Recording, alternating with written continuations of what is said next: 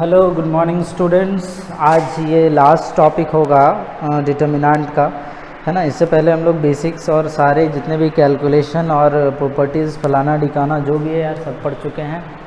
ये लास्ट जो टॉपिक है ये है भी बहुत इम्पॉर्टेंट, है ना। यहाँ पे लिखा हुआ दिख रहा है तुम्हें, solving system of linear equation using determinant, है ना। डिटर्मिनेंट से कैसे हम लोग सिस्टम ऑफ लीनियर इक्वेशन के बारे में पता ही होगा तुम्हें। लीनियर इक्वेशन इन 3 वेरिएबल की बात करेंगे हम लोग यहाँ पे। लीनियर इक्वेशन इन 3 वेरिएबल या फिर लीनियर इक्वेशन इन 2 वेरिएबल, किसी की बात करेंगे तो मेजरली 2 वेरिएबल में तो हमें प्रॉब्लम नहीं आती है, लेकिन 3 वेरिएबल में हमें प्रॉब्लम आती है, कैलकुलेशन लेंदी हो जाता है। तो उस केस में हम लोग पढ़ेंगे यहाँ पे कंसिस्टेंसी क्या होता है, इनकंसिस्टेंसी क्या होता है, सबको क्लियर करूँगा बहुत आराम से, बहुत अच्छे से, ठीक है।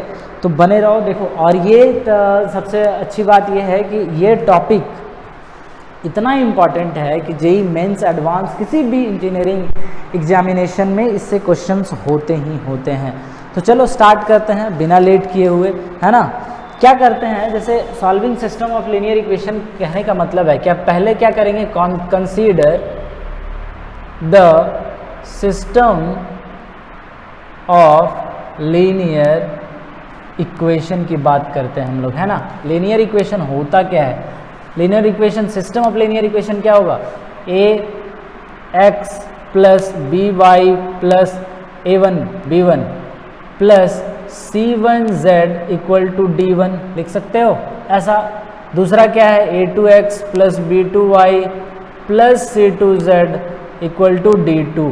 तीसरा क्या है, a3x plus b3y plus c3z equal to d3। ये z लिखा हुआ है, 2 मत समझना इसे, या t मत समझना।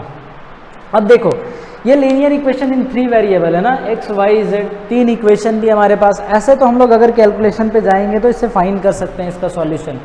इधर दे हैव द सॉल्यूशन और नॉट, हम लोग कैलकुलेट कर सकते हैं, but that will be too lengthy. तो अब हम लोग क्या फाइंड करते हैं, इसका सॉल्यूशन का क्या मतलब होता है कि set of values of x y and z which satisfy, basics हैं ये सब, समझो, ठीक है। Which satisfies these three equation simultaneously, है ना, साइमल्टेनियसली आर कॉल्ड क्या बोलेंगे, are called the solution of this, are called solution of this system of linear equation, है ना, लीनियर इक्वेशन। लाइक अगर मैं कोई एग्जाम्पल लिखूं, ठीक है, अगर कोई एग्जाम्पल लिखूं, जैसे कि पहला एग्जाम्पल क्या हो सकता है, 5x minus 6y plus 4z equal to 15, ये एक इक्वेशन है। दूसरा इक्वेशन क्या है, दूसरा इक्वेशन है 7x माइनस प्लस 4y और यहाँ पे लिखो माइनस 3z इक्वल टू 19। तीसरा एक इक्वेशन और क्या है, 2x plus y plus 6z equal to 46। अगर मैं ये तीनों इक्वेशन की बात करूं तो इन तीनों इक्वेशन का एक सॉल्यूशन होता है, that is x equal to 3, y equal to 4 and z equal to 6। ये तीनों वैल्यू इसमें पुट करोगे तो देखोगे कि तीनों इक्वेशन को ये सेटिस्फाई करता है। मतलब इधर पुट करोगे तो बराबर 15 देगा, इसमें पुट करोगे तो बराबर 19 देगा, इसमें पुट करोगे तो बराबर 46 देगा। इसी का मतलब होता है solution. So this x equal to 3, y equal to 4 and z equal to 6 is a solution of this system of linear equation, ठीक है। अब हम लोग देखते हैं types of system of linear equation क्या होता है ना, types of system of linear equation क्या होता है। सबसे इंपॉर्टेंट आई थिंक यही है, यहाँ पे समझ जाओगे चीज़ें तो उसके बाद आसानी से समझ जाओगे। Types of system of equation, इसको छोड़ो, मैं पूरा रब करता हूँ। अब बड़ा सा पूरे ब्लैक बोर्ड में ये जगह लेगा, उसमें हम लोग बनाते हैं ना।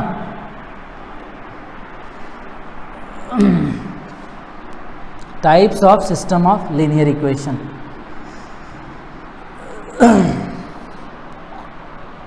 Types of system of linear equation, types of system of linear equation. ठीक है, चलो यहाँ से पहले तो 2 लाइन निकाल दो। पहला क्या होता है, पहला टाइप होता है according to the existence of solution. क्या होता है पहला, according to the existence of solution. ठीक है, सॉल्यूशन एग्जिस्टेंस करता है या नहीं, उसके अकॉर्डिंगली होता है हमारे पास टाइप्स। इसमें 2 टाइप्स के होते हैं। ठीक है, इसमें 2 टाइप्स के होते हैं। एक होता है कंसिस्टेंट सॉल्यूशन या फिर कंसिस्टेंट सिस्टम है ना, और दूसरा क्या होता है इनकंसिस्टेंट सिस्टम। ठीक है, inconsistent system.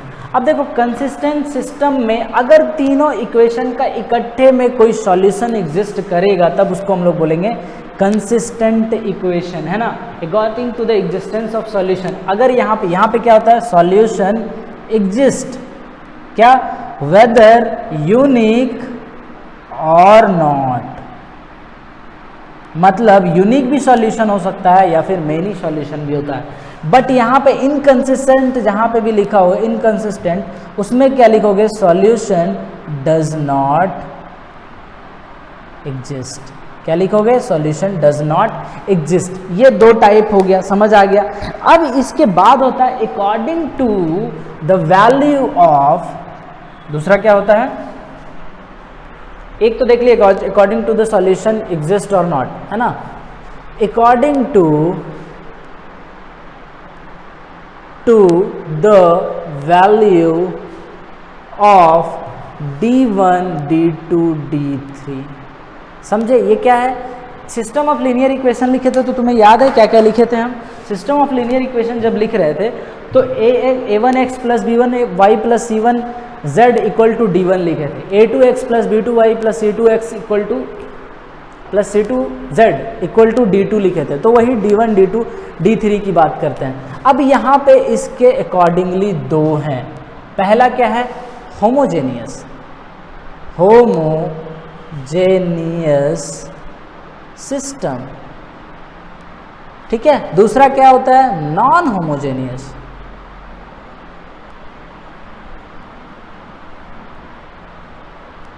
Non homogeneous system. Homogeneous system किसको कहते हैं, जिसमें d1 equal to d2 equal to d3 होते हैं। ये तो बराबर होते ही हैं, लेकिन ये बराबर किसके होते हैं, 0। मतलब कि कांस्टेंट टर्म वहाँ पे होता ही नहीं है, कांस्टेंट टर्म एग्जिस्ट ही नहीं करता है। उस केस में हम लोग क्या कहते हैं, सिस्टम को होमोजेनियस कहते हैं। इस केस में अदरवाइज अगर ये केस नहीं हुआ तो कोई भी केस होगा, उस केस में हम लोग उसको क्या बोलेंगे कि नॉन होमोजेनियस सिस्टम है। अब हम लोग इसके बाद सबसे पहले देखेंगे इसका नॉन होमोजेनियस का, क्योंकि सबसे पेचीदा यही है ना, नॉन होमोजेनियस का सॉल्यूशन देखेंगे। उसके बाद हम लोग स्टार्ट करेंगे फिर जाना वहाँ से होमोजेनियस में, होमोजेनियस, और ये तो इसके बाद ये तो पार्ट अपने आप क्लियर हो जाएगा। मेन देखना है हमें क्या, ऐसा इक्वेशन जिसमें d1 d2 d3 अलग अलग हो सकता है, 0 नहीं हो सकता है, सब बराबर हो सकता है, कुछ भी। दूसरा क्या है, दूसरा टाइप होमोजेनियस। तो सबसे पहले हम लोग सबसे जो पेचीदा है क्या, नॉन होमोजेनियस सिस्टम का, उसका सॉल्यूशन देखते हैं। तो ये हमारा क्या था, ये टाइप्स ऑफ क्या बोल सकते हो कि सिस्टम ऑफ लीनियर इक्वेशन था। अब हम लोग देखते हैं solution of non homogeneous system. Solution of non homogeneous system क्या देखने वाले हैं, पहला देखने वाले हैं solution of non homogeneous system. ध्यान से देखते जाओ, ये बहुत ही इम्पॉर्टेंट क्लास होने वाला है आज का, क्योंकि मेंस हो गया, एडवांस हो गया, कोई भी इंजीनियरिंग के एग्ज़ाम्स हो गए, वहाँ पे हम लोगों को ये पूछा जाता है। ठीक है, इसमें हम लोग सबसे पहले पढ़ेंगे केस 1। अच्छा, सॉल्यूशन निकालने का मतलब क्या है, x का वैल्यू निकालना है, y का वैल्यू निकालना है, z का वैल्यू क्या होगा वही निकालना है ना, वही सॉल्यूशन है। केस 1 देखेंगे जब टू सिस्टम हो, है ना, two system of linear equation. अभी देखो वहाँ पे 3 सिस्टम था ना, 1 2 3, 3 सिस्टम था तो 3 वेरिएबल जरूरी, तीन सिस्टम था तो 3 वेरिएबल लिख रहे थे, क्योंकि हमें 3 इक्वेशन मिल रहे थे और 3 वेरिएबल मिल रहे थे, तो हमें आसानी से फाइंड किया जा सकता था। बट जहाँ पे 2 साइमल्टेनियस लीनियर इक्वेशंस होंगे विथ 2 अननोन्स, है ना, 2 system of linear equations with 2 unknowns, कैसा होगा, like a1x plus b1y equal to d1, है ना, ये z का फंडा ही खत्म हो गया इसमें। दूसरा क्या, a2x plus b2y equal to d2, ये हमारे पास 2 सिस्टम ऑफ लीनियर इक्वेशन है। अब इसका हम लोग ना फाइंड करेंगे सॉल्यूशन। सॉल्यूशन तो आराम से फाइंड कर सकते हो तुम लोग यार, ये सिस्टम ऑफ लीनियर इक्वेशन में हम लोग पढ़ते ही हैं, 2 इक्वेशन विद 2 वेरिएबल, इसको फाइंड करने का कोई भी लोड नहीं है। लेकिन एक क्रैमर्स भाई साहब थे हमारे, क्रैमर्स भाई साहब, जिन्होंने एक रूल दिया जिसका नाम था क्रैमर्स रूल। उसके हिसाब से उन्होंने सबसे इजी बना दिया इसको डिटर्मिनेंट के तौर पे। उसके लिए सबसे पहले क्या लिखना था हमें, सबसे पहले हमें फाइंड करना था d, है ना, 2-3 इसमें टर्म है, उसको फाइंड करना है पहले। तो d को लिखते हैं हम लोग, अच्छा चलो, इसके हिसाब से क्या दिए कि x का डायरेक्टली फाइंड कर दिए सॉल्यूशन, और बोले कि यहाँ पे d1/d होगा, जो x का x इक्वल टू d1/d होगा, एंड y इक्वल टू क्या होगा, d2/d। अब पूछोगे d1 और d क्या है, यहाँ तो छोटा छोटा d हम लोग देख रहे हैं, d1 d2, लेकिन यहाँ पे बड़ा d1 और बड़ा d है। तो हम लोग यहाँ पे फिर इन्होंने ही बताया, क्रैमर्स भाई साहब ने ही, कि d1 क्या होता है बेटा, तो d1 होता है हमारा, पहले d निकालो, ठीक है, पहले d क्या होता है समझने में आसानी होगी। तो जो कोफिशिएंट ऑफ वेरिएबल्स है ना, कोफिशिएंट ऑफ वेरिएबल्स क्या है, x और y वेरिएबल्स हैं। कोफिशिएंट इसका क्या है, a1, इसका कोफिशिएंट क्या है, b1, इसका कोफिशिएंट a2, इसका b2। तो इसका क्या बोलते हैं कि कोफिशिएंट का अगर डिटर्मिनेंट निकाल लो तो वो हो जाता है क्या, d हो जाता है, a2 a1 b1 a2 b2, ठीक है। ये coefficient of determinant, coefficient of variables का डिटर्मिनेंट निकाल दो तो वो d हो जाता है। उसी तरह से d1 के बारे में क्या बोला उन्होंने, बोला कि d1 के बारे में पहले वाले कॉलम में जो भी एलिमेंट्स हैं उसको हटा दो और यहाँ पे d1 d2 को पुट कर दो, तो वो हो जाएगा d1 के बराबर। इसी डिटर्मिनेंट में d में पहले वाले कॉलम के वैल्यू को हटा देना है, मतलब a1 a2 हट जाएगा, वहाँ पे आ जाएगा क्या, d1 d2। याद रखो ट्रिक। दूसरा क्या है, ये जैसा था वैसा पुट कर देना है, जैसा का तैसा। अब d2 तुम बता दोगे सिमिलरली, सर d2 में क्या करेंगे, दूसरे कॉलम के जो एलिमेंट है उसको उड़ा देंगे, पहले में जो है उसको वैसे ही एज इट इज़ रहने देंगे, a1 a2, और यहाँ पे क्या हो जाएगा, d1 d2।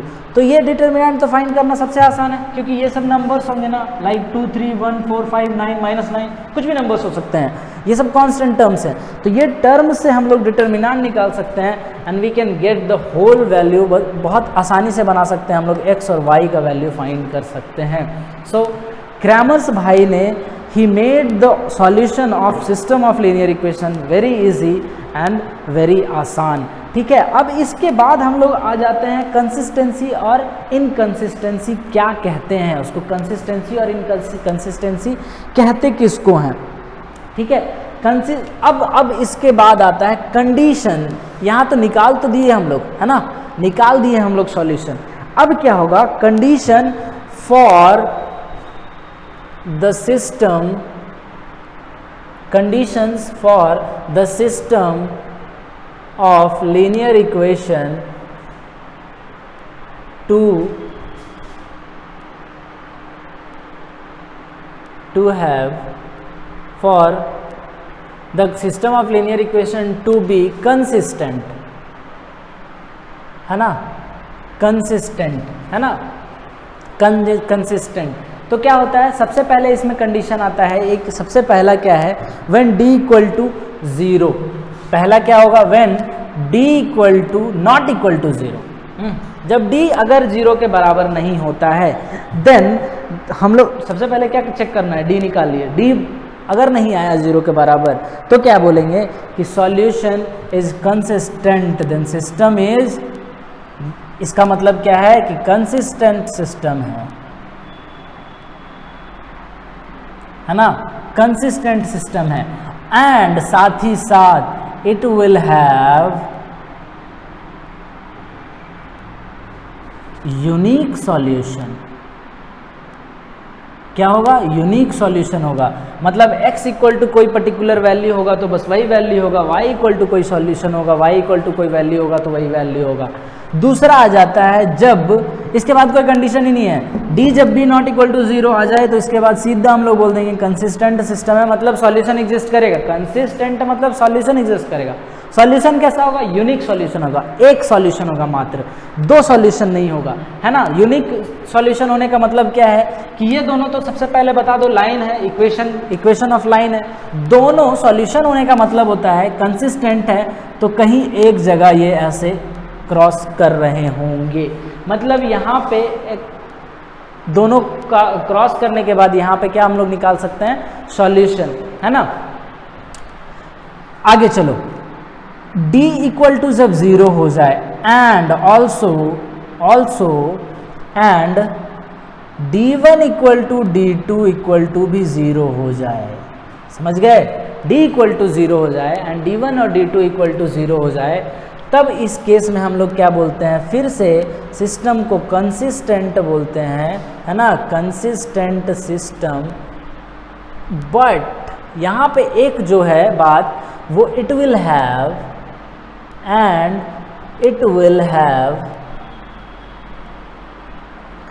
many, infinitely many solution, infinitely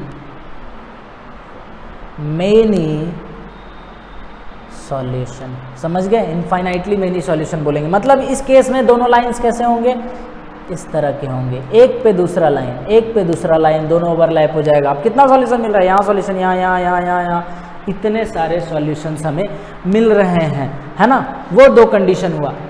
तीसरा क्या है, एक लास्ट है। लास्ट कंडीशन क्या है, जब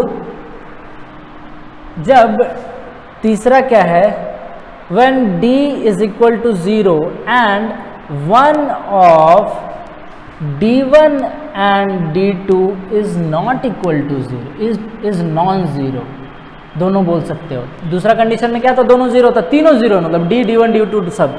इस केस में क्या होता है, सिस्टम इनकंसिस्टेंट सिस्टम होता है। यहाँ पे inconsistent system, that is no solution.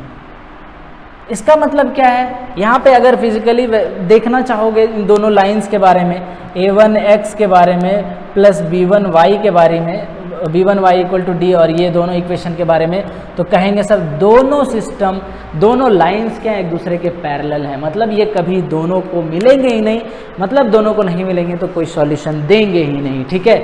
अब आ जाओ केस 2 में, ये तो आसान सा था, केस 2 में सब आसान है एक्चुअली, बस अच्छे से समझते जाओ। केस 2 में क्या हो जाएगा, केस 2 में, ये केस 1 था ना जब दो सिस्टम ऑफ लीनियर इक्वेशन लिए थे। केस 2 में हम लोग 3 सिस्टम ऑफ लीनियर इक्वेशन को लेके देखेंगे, है ना। 3 तक इम्पॉर्टेंट है, वही पूछा जाता है। जब 3 सिस्टम ऑफ लीनियर इक्वेशन रहेगा तब कैसे कैसे कौन किस केस में कंसिस्टेंट होगा, किस केस में इनकंसिस्टेंट होगा, ये सब चीज़ें हमें देखना है, ठीक है। लाइक सबसे पहले तो ऐसे देखो,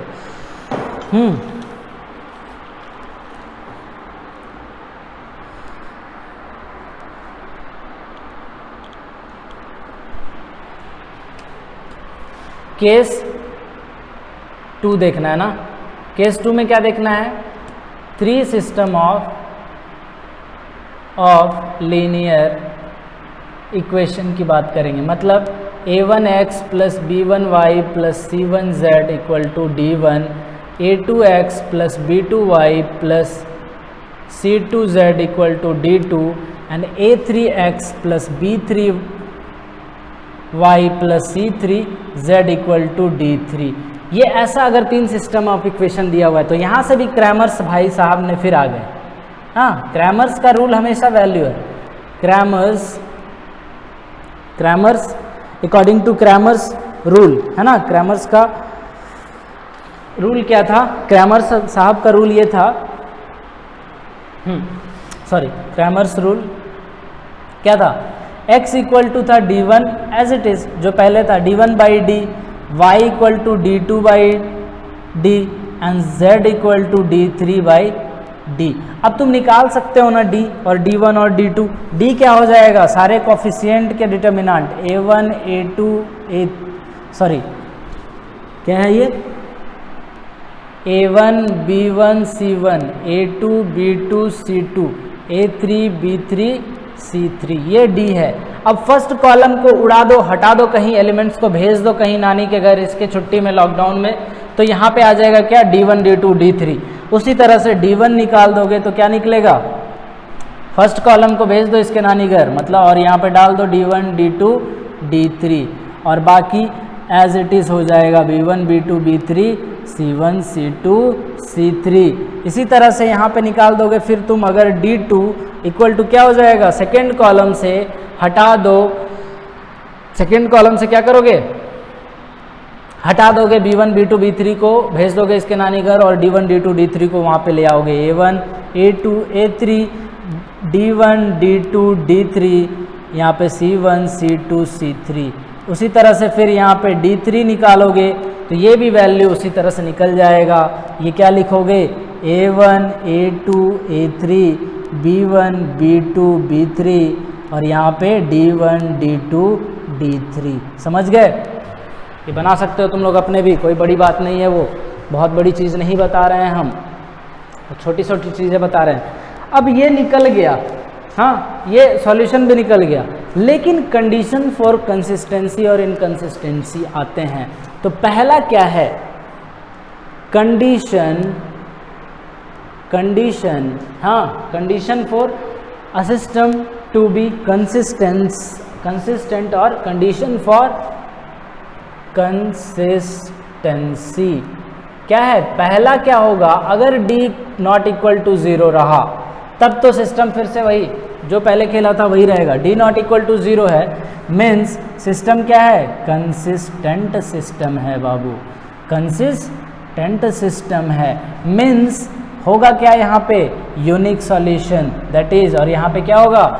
यूनिक सॉल्यूशन होगा, मतलब एक ही सॉल्यूशन होगा। फिर से देखो इस केस में कैसे इमेजिन कर सकते हो, यहाँ पे 3 लाइन दिख गया तो 3 लाइन ऐसा कुछ होगा, ठीक है। 3 लाइन क्या होगा? ऐसा, ये लाइन होगा एक, ये दूसरा लाइन होगा और ये तीसरा लाइन होगा। 3 लाइन का इक्वेशन है ना, ये समझ रहे हो? 3D में 3 लाइन का इक्वेशन है, ठीक है। दूसरा केस क्या होगा?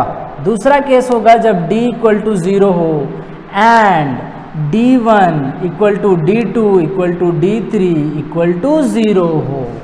क्या हो? d इक्वल टू 0 हो, d1 d2 d3 equal to 0 हो, तब क्या बोलेंगे? इस केस में क्या बोलेंगे? कि सिस्टम में बी कंसिस्टेंट और में बी कंसिस्टेंट और नॉट। मे बी कंसिस्टेंट, इस वाले वर्ड को याद रखो, मे बी कंसिस्टेंट और इनकंसिस्टेंट, मतलब ये कंसिस्टेंट भी हो सकता है और इनकंसिस्टेंट भी हो सकता है। इस केस में अगर कंसिस्टेंट हुआ ये, हाँ, अगर ये कंसिस्टेंट हुआ, हाँ, कंसिस्टेंट हुआ तो क्या होगा? Infinitely many solution, infinitely many solution, ठीक है। अगर कंसिस्टेंट हुआ तो, इनकंसिस्टेंट हुआ तो नो सॉल्यूशन, इसमें तो सॉल्यूशन ही नहीं आता है ना, तभी तो इसको बोलते हैं हम लोग इनकंसिस्टेंट, नो सॉल्यूशन। समझ गए? इनकंसिस्टेंट। अब देखो इसको इमेजिन कैसे कर सकते हैं, समझो कि जब 2 लाइन था, हाँ, जब 2 इक्वेशन की बात किए थे तो इस केस में एक ही केस आ रहा था, क्या? इनफाइनाइटली मेनी सॉल्यूशन, मतलब दोनों लाइन ऐसे पॉसिबल था, एक दूसरे पे ओवरलैप कर जाना। इस केस में हो सकता है 2 पॉसिबिलिटी, क्या? एक लाइन दूसरे पे ओवरलैप कर गया और तीसरा लाइन ऐसे पैरेलल रहे इसके, तो क्या इस केस में होगा सॉल्यूशन? नहीं होगा। ये वाला केस है, समझ लो ये। हाँ, अगर ओवरलैप भी कर रहा है, D1 D2 D3 भी 0 आ जा रहा है, और तुम्हारा एक ओवरलैप भी कर रहा है और एक दूसरा क्या हो जा रहा है? पैरेलल हो जा रहा है। मतलब कोई कहीं पे इंटरसेक्ट नहीं कर रहा है तीनों, इंटरसेक्ट नहीं कर रहा है तीनों, तो क्या होगा? इंटरसेक्ट नहीं कर रहा है तीनों, तो सॉल्यूशन नहीं आएगा इस केस में, है ना। ये कंडीशन ऐसा वाला है, समझो, है ना। ये कंडीशन ऐसा वाला है, यहाँ पे एक लाइन है और यहाँ पे दो लाइन है, एक दूसरे के यहाँ पे ऐसे करीब में एक दूसरे के ऊपर चढ़े हुए हैं। एक लाइन ब्लू वाले से बना देता हूँ यार, समझो इसको, और ये दूसरा लाइन इसी पे, ठीक है, इसी पे दो लाइन और एक तीसरा क्या है? इसके पैरेलल है। लेकिन इस केस में जब इनफाइनाइटली मेनी सॉल्यूशन होगा तो एक लाइन, हाँ, फिर दो लाइन इसी पे, ठीक है, और फिर तीसरा लाइन भी यहीं पे। तीनों क्या है? एक दूसरे पे, एक दूसरे तीसरे जो भी बोलोगे सब पे ओवरलैप कर रहे हैं। इस केस में क्या होगा? कंसिस्टेंट होगा सिस्टम, इनफाइनाइटली मेनी सॉल्यूशन होगा। लास्ट केस बचता है हमारे पास तीसरा, जबकि D इक्वल टू 0 हो, हाँ, D इक्वल टू 0 हो और one of the D1 D2 D3 is non zero, then the given system of equation are inconsistent. That means they do not have any solution, they are inconsistent. That means they are parallel to each other, they are parallel to each other. Imagine करोगे बाबा तो सब समझ आएगा। मैं बोल रहा हूँ D1 D equal to 0 and one of D1 D2, है ना, D1 D2 and D3 is equal to non-zero, is non-zero, is non-zero। इस केस में क्या होगा? इस केस में क्या होगा? इनकंसिस्टेंट, इनकंसिस्टेंट सिस्टम, मतलब नो सॉल्यूशन। इमेजिन करना चाहोगे तो कैसे होंगे लाइंस? तीन लाइन के इक्वेशन है, मैं ज्योमेट्री में ये घुस जा रहा हूँ यहाँ से, ठीक है। तीन लाइन कैसा हो सकता है? ये तीन लाइन ऐसा हो सकता है, पैरेलल, तीनों एक दूसरे के पैरेलल, मीन्स कोई सॉल्यूशन नहीं मिलेगा। तो ये हमारा था बेसिक्स। इतना ज़्यादा चीज़ इसमें पढ़ना है, सब होच पोच ना हो जाए, इसलिए आराम से बताया मैंने। इसको इमेजिन करके चलो। अब बताता हूँ तुम्हें, इसमें एक दो क्वेश्चन करेंगे हम लोग, उसके बाद फिर आगे बढ़ेंगे, है ना। इसमें एक दो क्वेश्चन करेंगे, फिर हम लोग आगे बढ़ेंगे। Using determinant so that the following given system of linear equation is inconsistent, है ना। चलो एक क्वेश्चन करते हैं फटाफट। अब हम लोग सब कुछ समझ चुके हैं। देखो यहाँ तक अगर नहीं समझ में आए तो तुम वीडियो को फिर से यहाँ तक देख लेना, फिर क्वेश्चन में आना अगर क्वेश्चन ना समझ आए तो, क्योंकि यहाँ पर जितने सारे कॉन्सेप्ट्स हैं सबको एक साथ दिमाग में रखना अभी तुरंत के लिए पॉसिबल नहीं है। बट तुम लोग हो तेज़ तो तुम लोग रख सकते हो बिल्कुल, और तुम लोग, मुझे भरोसा है यार, पूरा भरोसा है, तुम लोग बना सकते हो अभी क्वेश्चन जो देने वाले हैं, है ना। क्या क्वेश्चन है? यूजिंग डिटर्मिनेंट, क्वेश्चन है ना। क्वेश्चन क्या है? using determinant so that the following given system of linear equation is inconsistent, so that system is below, so that given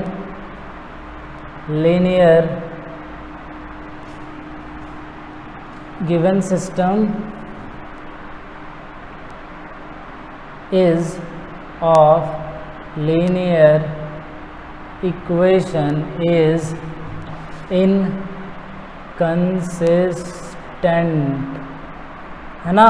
दिखाना inconsistent. System of linear equation क्या है? x minus 3y plus 5, x minus 3y plus 5 equal to क्या दिया हुआ है? 4, ठीक है। 2x minus 6y plus 10z, 2x minus 6y plus 10z equal to क्या दिया हुआ है? ये दिया हुआ है तुम्हारा 11। और दूसरा क्या है? 3x minus 9y plus 15z, 3x minus 9y plus 15z equal to क्या दिया हुआ है, ये दिया हुआ है 12। इसे दिखाना है कि ये सिस्टम ऑफ लिनियर इक्वेशन क्या है, इनकंसिस्टेंट है। इनकंसिस्टेंट होने के लिए एकमात्र ऑप्शन था, दो। एक तो जब d जब नॉट इक्वल टू 0 हो तो ये कंसिस्टेंट होना ही है। हाँ, d नॉट इक्वल टू 0 तो कंसिस्टेंट होना है। सबसे पहले तो d इक्वल टू क्या दिखाना होगा हमें, 0। कंसिस्टेंट होने के लिए क्या है, d इक्वल टू पहले 0 होना चाहिए, ठीक है। दूसरा कंडीशन, d1 d2 d3 अगर 0 हो जाए तब यहां से कंसिस्टेंट भी हो सकता है और इनकंसिस्टेंट भी हो सकता है, दोनों बातें थी ना। या फिर तीसरा और या फिर और लास्ट वाले में क्या है, एक और कंडीशन, एक और कंडीशन क्या है, ये तो इनकंसिस्टेंट हो जाएगा अगर इतने में अगर बोलोगे तो, क्योंकि अगर ऐसे अगर हम डायरेक्टली तुम्हें बताएं तो इनकंसिस्टेंट है, इसका सॉल्यूशन नहीं मिलेगा। कैसे, ये देखो लाइन देखो बाबा, लाइन देखो, x minus 3y plus 5 equal to 4, 2x minus 6y plus 10z equal to 11। यहाँ से 2 कॉमन ले लोगे तो यही इक्वेशन आ जाएगा, x minus 3y plus 5 equal to something 11/2, इधर भेज दोगे 2 को तो दो पैरेलल लाइंस के इक्वेशन ऐसे होते हैं हमेशा। अगर ये इक्वेशन का जो लाइन है उसकी उसी सेम इक्वेशन होता है, इस लाइन का भी सेम इक्वेशन होता है, बस उस केस में हमारे पास लेमडा या फिर कांस्टेंट टर्म जो होगा वो डिफरेंट हो जाता है। तो यहाँ से तो दिख चुका है हम लोगों की system of linear equation constant है। दूसरा ये देख सकते हैं, तीसरा कंडीशन ये कि और क्या हो सकता है, one of d1 d2 d3 d0 आ जाए, और में क्या लिख सकते हैं, और d इक्वल टू 0 आ जाए and one of d1 d2 d3 not equal to is non zero आ जाए, इज नॉन ज़ीरो आ जाए, है ना। ये भी कंडीशन में हमारा निकल सकता है इनकंसिस्टेंट सिस्टम। पहले d निकालना स्टार्ट करो, d निकालोगे क्या, 1 माइनस 3 5, ये 2 माइनस 6 10, 3 माइनस 9 15। देखो यहाँ से 2 कॉमन निकालोगे, 2 निकाल दोगे तो यहाँ से 2 निकलेगा कॉमन, तो 1 माइनस 3 5, यहाँ से 1 माइनस 3 5, यहाँ से 3 माइनस 9 और 15। ये देखो ये और ये दोनों सेम रो है, डिटर्मिनेंट की प्रॉपर्टी में बताया है कि ये इक्वल टू क्या हो जाएगा, इसके ऐसे कंडीशन में इक्वल टू क्या हो जाएगा, इसका वैल्यू 0 हो जाएगा। d 0 निकल गया, चलो पहला प्रूफ हो चुका है। दूसरा निकालना है d1 में फर्स्ट कॉलम के जगह पे सारे एलिमेंट्स को भेज दो इसके नानी घर और d1 d2 d3 डाल दो। क्या डालोगे, 4 11 12, यहाँ से क्या आएगा -3 -6 -9, यहाँ से क्या आएगा 5 10 और 15। देखो इसमें कैसे 0 बना सकते हो, इसमें भी कहीं कॉमन ले सकते हैं क्या, बिल्कुल ही ले सकते हैं सर, बिल्कुल ही ले सकते हैं। चलो इसमें से 3 कॉमन ले लो, थर्ड रो से d1 equal to 3 times 4 minus 3 5 11 6 10, यहाँ से बचेगा 4 माइनस 3 और 5। देखो ये रो और ये रो फिर से बराबर हो गया, मतलब फाइनली इसको डिटर्मिनेंट का प्रॉपर्टी यूज़ करके बोलेंगे d1 भी 0 आ गया सर। थर्ड आ जाओ, d2 निकालो, d2 के लिए क्या करेंगे, second column of elements of d, second column of determinant d को भेज देंगे नानी घर, वहाँ पे लिख देंगे हम लोग d1 d2 d3 के वैल्यू को 1 2 3, यहाँ पे लिखेंगे -3 6 -6 -9 को भेज देंगे, 4 11 और 12 लिख देंगे एज इट इज़ 5 10 और यहाँ बचेगा 15। अब देखो इसमें भी कहीं कुछ कॉमन आ रहा है क्या, आएगा, बिल्कुल आएगा। इससे सर 3 कॉमन ले लो, d2 से 3 कॉमन ले लोगे तो 1 4 और 5 यहाँ है, 2 11 10 है, यहाँ से 3 कॉमन ले लेंगे तो 3 मल्टीप्लाई हो जाएगा, 1 4 और 15 बचेगा। ये और ये रो सेम हो गया, d2 इक्वल टू फिर से 0 हो गया, ठीक है, d2 इक्वल टू फिर से 0 हो गया। अब आ जाओ d3 में, d3 में थर्ड कॉलम ऑफ d को भेज देंगे नानी घर उसके छुट्टी में, बाकी वहाँ पे d1 d2 d3 का वैल्यू रख देंगे, -3 -6 -9, यहाँ पे क्या आ जाएगा d1 d2 d3 4 11 और 12। चेक करो कैसे निकलेगा, यहाँ से निकाल दो बेटा। क्या निकालोगे तुम? ये आएगा क्या कहीं से 0? आएगा क्या? देखो तो आएगा क्या, चेक करो जरा, आ रहा है या नहीं? आएगा।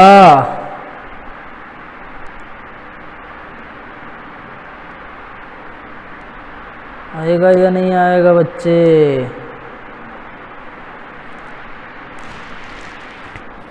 देखो तो, इससे 3 कॉमन निकालोगे तो क्या निकलेगा? D3 इक्वल टू 3 कॉमन 1 2 1, यहाँ से -3 -6 और -3, यहाँ से 4 11 और 4, ये और ये रो सेम मिल गया। D3 भी फिर से क्या मिल गया? 0।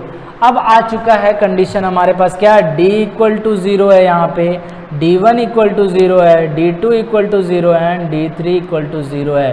इस वाले कंडीशन में जब भी आते थे हम लोग तो सिस्टम कैन बी कंसिस्टेंट और इनकंसिस्टेंट। अगर कंसिस्टेंट होगा तो इनफाइनाइटली मैनी सॉल्यूशन होगा, मैनी सॉल्यूशन होगा, लेकिन अगर इनकंसिस्ट होगा तो नो सॉल्यूशन होगा, नो सॉल्यूशन। ये वाला कंडीशन तब आ सकता है जब तीनों लाइंस एक दूसरे के ऊपर ओवरलैप कर जाएं। मतलब है कि तीनों लाइन के इक्वेशन सेम होने चाहिए। यहाँ पे क्या तीनों लाइन के इक्वेशन सेम है? यहाँ से 2 कॉमन निकालोगे तो ये बराबर हो जा रहा है, लेकिन यहाँ से 3 कॉमन निकालोगे तो क्या ये बराबर हो रहा है? एग्जैक्टली।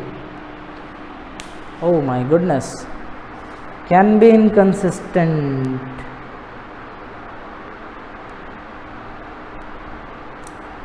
थ्री बाहर निकाल दोगे इससे तो क्या हो जाएगा ये?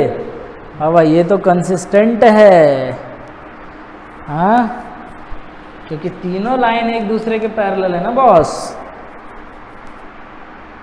एक मिनट, पैरेलल है, हाँ, तीनों लाइन एक दूसरे के पैरेलल है। इनकंसिस्टेंट प्रूफ तो हो गया ना।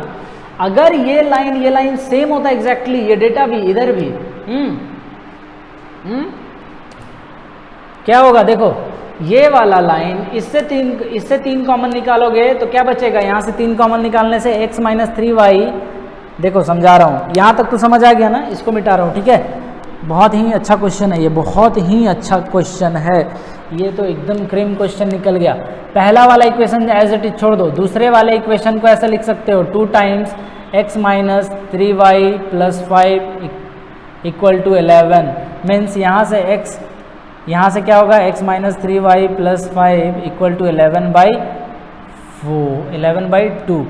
फिर थर्ड वाले इक्वेशन में आओ, 3 कॉमन ले गए तो x - 3y + 5 = 12, ठीक है? यहाँ से x - 3y + 5 = क्या होगा? 12/3, दैट मीन्स = ये हो जाएगा 4। देखो इंटरेस्टिंग बात क्या है, =4।